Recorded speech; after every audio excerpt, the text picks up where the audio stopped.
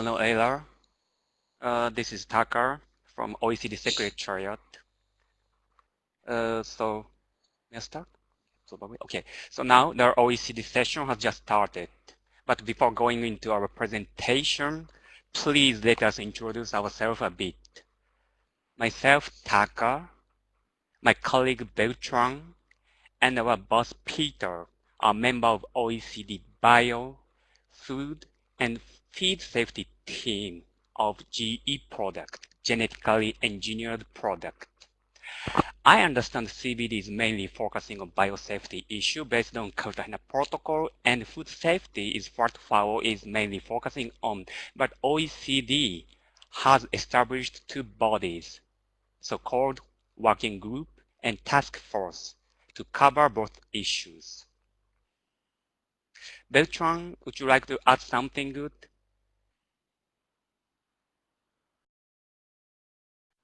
No, Hello, thank you, Beltran. Taka. I think it's... Hello? Thank you, Hello, Taka. Beltran. No, I I can hear think... your voice. Okay, no, please go on, and I think you would like to introduce Sol. Okay, so let us move forward.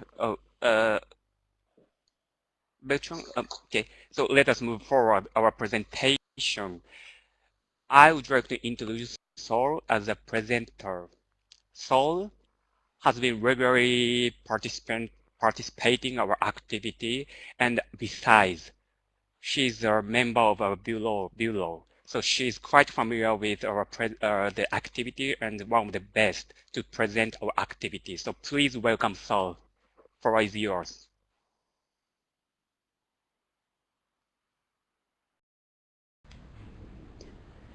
Hello. Thank you very much for the presentation. I work as the Executive Secretary of CBOHEM, which is the Interministerial Commission for Biosafety of Genetically Modified Organisms in Mexico. Besides working and collaborating with a working group of OECD, I'm also the national focal point for the Cartagena Protocol and responsible for our National Information System for Biosafety. The Executive Secretary of CBOHEM is at the National Council for Science and Technology. And let me just very briefly thank you very much for this opportunity and for the invitation to be part of this exercise. So the BioTrack product database is the database that has been organized and put together by the OECD. You can see that in the slide, the front page of it, and I will go back to some some piece of the part of the notes a little bit further. The BioTrack product database, it's organized very easily. In its first page, it already has links for the VCH and also for the FAO GM Foods platform. And it's very easy to retrieve information from the BioTrack product database. And one of the first things I would like to make notice of is the unique identifier, which is one of the ways you can retrieve information from the OECD database. And for getting the unique identifier, there's also a link in the database where you can get the OECD guidance for the designation of a unique identifier for transgenic plants. And this is the very simple explanation of how to construct the unique identifiers, which are the way that has been recognized by many organizations on how to identify in a straightforward way GM plants.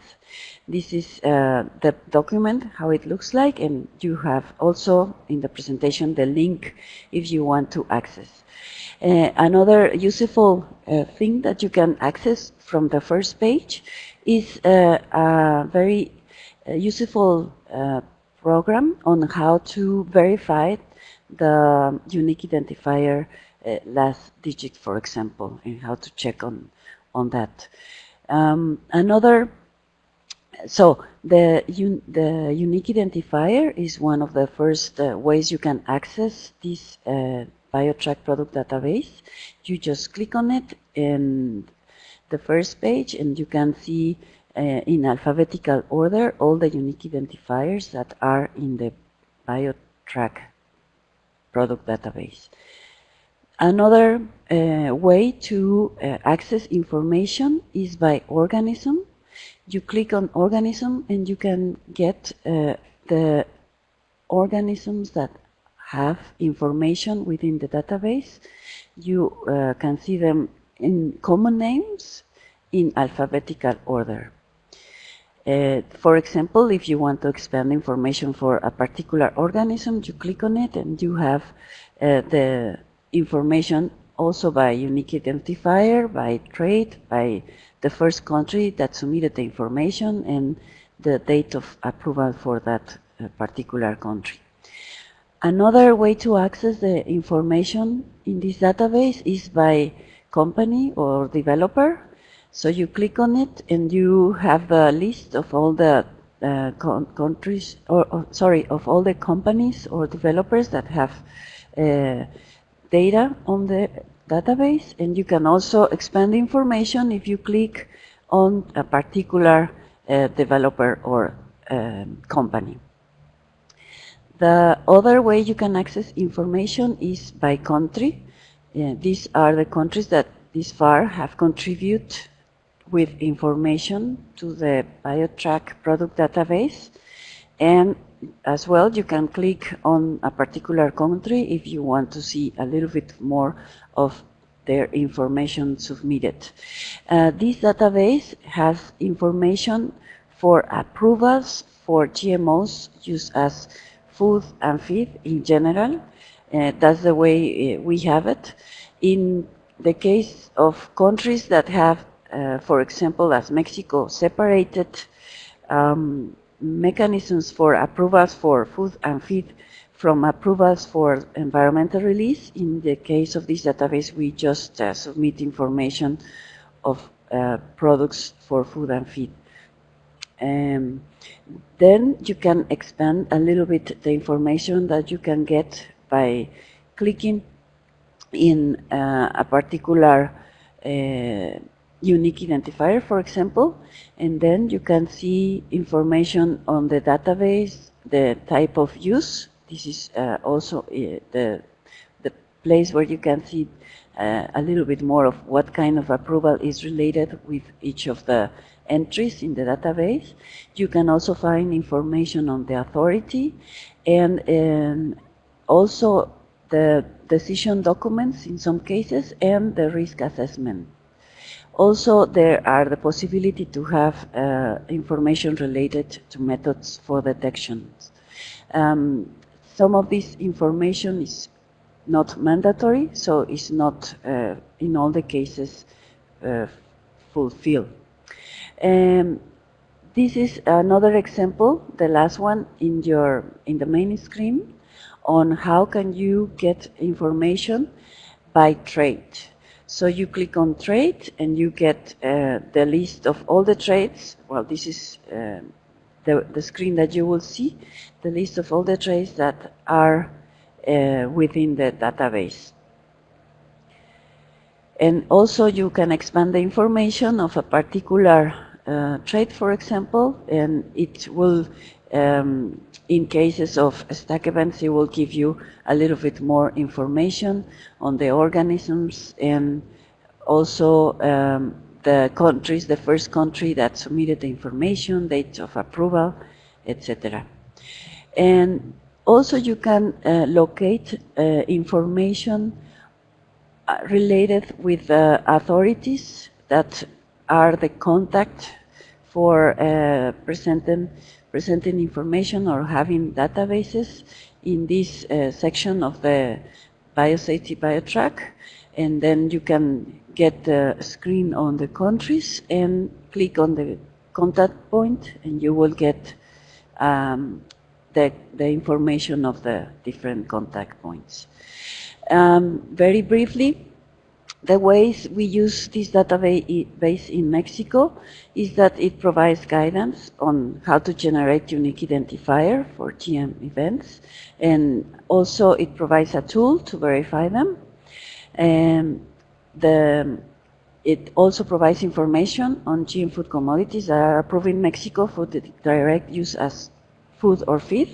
In the case of Mexico, we have not submitted information for environmental release of GM organisms to this database.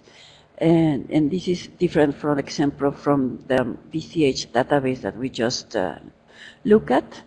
And it also provides public accessibility to information about different events. It is useful for us to double check our country information. And this is also applies for the GM platform of FAO. We can identify competent authorities in countries that are supplying this information on approvals for different purposes. Finally, some insights or tips on the effective use of the database. Since the unique identifier was generated in the OECD working group, I think that the BioTrack product database represents, in a way, the official source for this information, and it's useful that you can get there this small program in an Excel file to verify this unique identifier. We also have to say that this database has very limited outreach because there are very few countries that are have this far submitted their information. Also, some of the information needs updated. So I would say that it's very easy to contribute to the database, but and it's easy to use the information it has, but its use is limited, very limited to date, because there are very few countries contributing this far. This database is not mandatory, so that might be part of the reason why does not have yet a lot of information, but all the countries, even if they are not members of OECD, can contribute to it. So this is what I have prepared, and thank you very much to the OECD Secretariat for their invitation.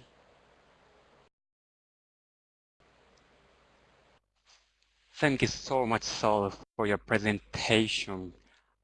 I think your presentation captures greatly on how our database works or how it is utilized in Mexico.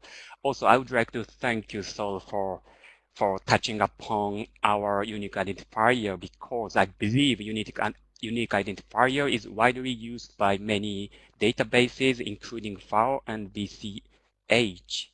However, the unique identifier is one of the major outcomes of our activities, and the original document, original manual is located on our database. So you may want to come to our to our database to see the manual.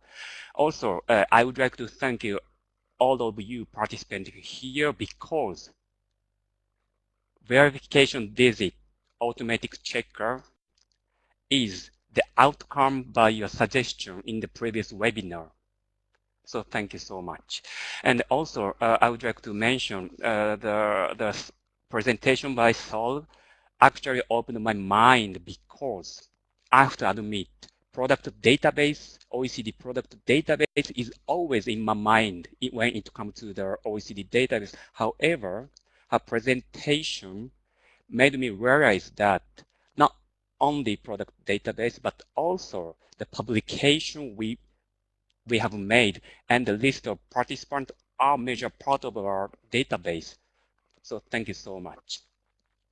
So now let me move on. Now I see the question from Masami to your presentation, Sol. The question by Masami is saying that what is the regulatory options for stacked event in Mexico? how the authority deal with them in terms of food safety assessment in Mexico? Sol, could you address this question?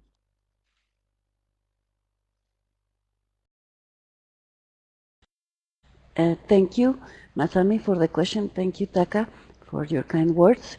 The competent authority in this case is the commission, the Federal Commission against Sanitary Risk. In short, it's called COFEPRIS. It is a very important branch, part of the Ministry of Health.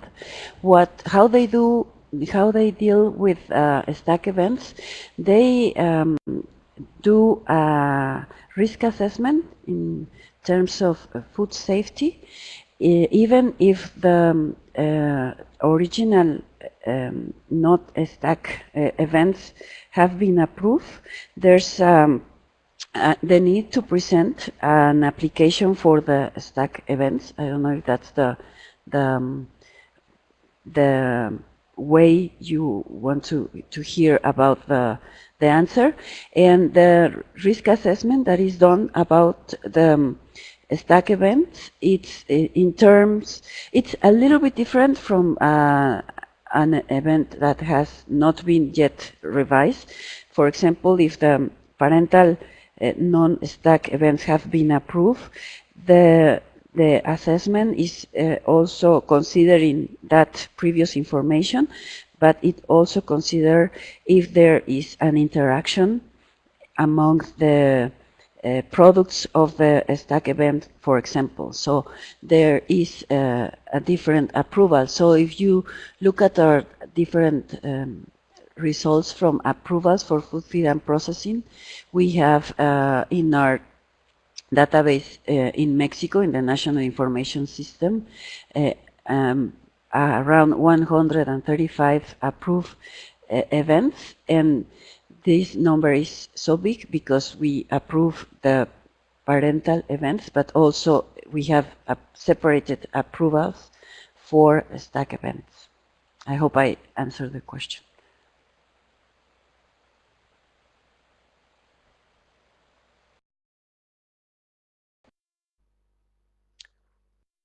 Thank you, Sol.